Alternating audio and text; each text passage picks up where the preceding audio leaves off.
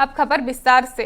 महाराष्ट्र की सियासत में आज का दिन बेहद ही अहम माना जा रहा है। लंबे समय से जिस तस्वीर को लेकर कयासबाजी चल रही थी वो आज देखने को मिली, जब उद्धव ठाकरे और राज ठाकरे एक ही मंच पर दिखे, वो भी परिवार के साथ में। दोनों भाई वर्ली में मराठी विजय दिवस मनाने के नाम पर मंच साझा किया और शिवसेना और महाराष्ट्र नवनिर्माण सेना द्वारा संयुक्त रैली के दौरान ही भाइयों उद्धव ठाकरे और राज ठाकरे ने गले मिलकर एक दूसरे को बधाई दी। महाराष्ट्र सरकार ने हिंदी को तीसरी भाषा के रूप में लागू करने के लिए 2 सरकारी प्रस्तावों को रद्द कर दिया है। राज ठाकरे ने कहा कि महाराष्ट्र को कमजोर ना समझा जाए। हिंदी राज्य खुद विकसित नहीं हो सके, लेकिन रोजगार के लिए लोग मुंबई आते हैं। मुंबई को अलग करने की कोशिश पर भी सख्त चेतावनी दी गई।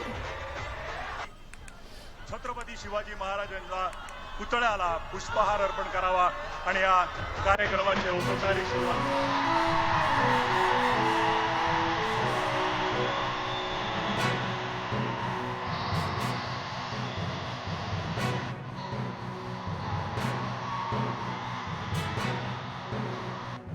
नमो नारायण।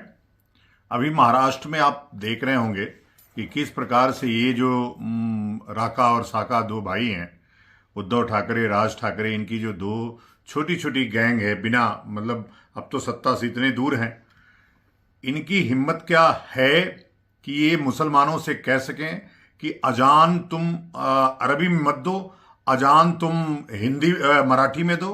इनकी औकात है मुसलमानों के ऊपर बोलने के लिए।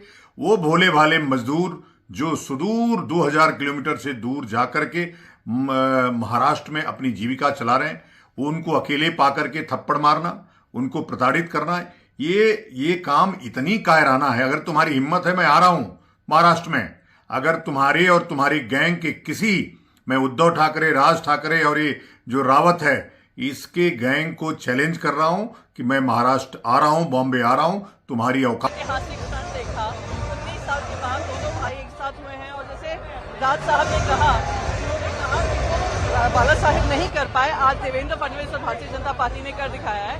तो दिखा रहा है कि एकजुटता बनी रहेगी और महाराष्ट्र में मराठी हित, महाराष्ट्र का हित सबसे ऊपर रहेगा। हम सारे कार्यकर्ता और महाराष्ट्र की जनता के मुस्कुराहट जो आज बदल रही है, हंस रही है, यानी आनंदित हो रही है, उसका कारण आज ये दोनों भाई एक साथ आए और महाराष्ट्र के हित के लिए हम आगे एक साथ रहेंगे, ये वो वादा उन्होंने किया, इसके लिए हम सब खुश हैं। दोनों भाई ने आज स्पष्ट दिखा दिया कि हिंदू हृदय सम्राट बाला साहब ठाकरे जी के जो असली महाराष्ट्र के विचार लेकर चलने वाले वंशज हैं, तो ये दोनों ठाकरे बंधु हैं।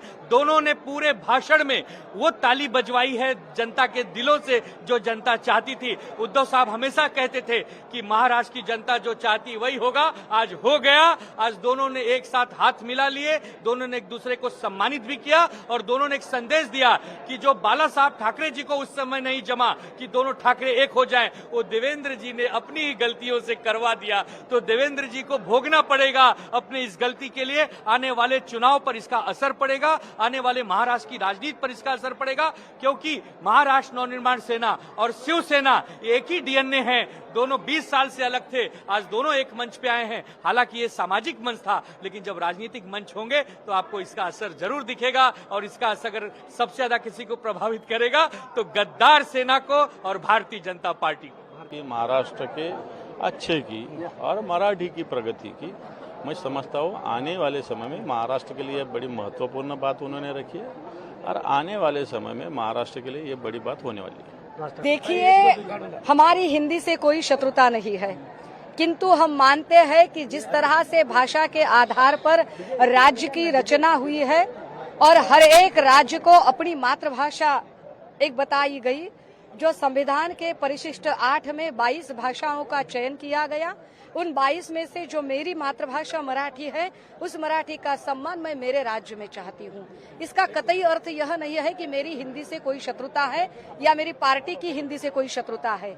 हम बस इतना कहना चाहते हैं कि अगर आप बाकी किसी भी राज्य रखने वाली पार्टी, कभी हिंदू मुस्लिम, वही दोनों ने भी कहा अभी आगे चलकर जाति जाति में भी भेद निर्माण करने की कोशिश करेंगे और यही तो करते, परिवार भी तोड़ देते हैं।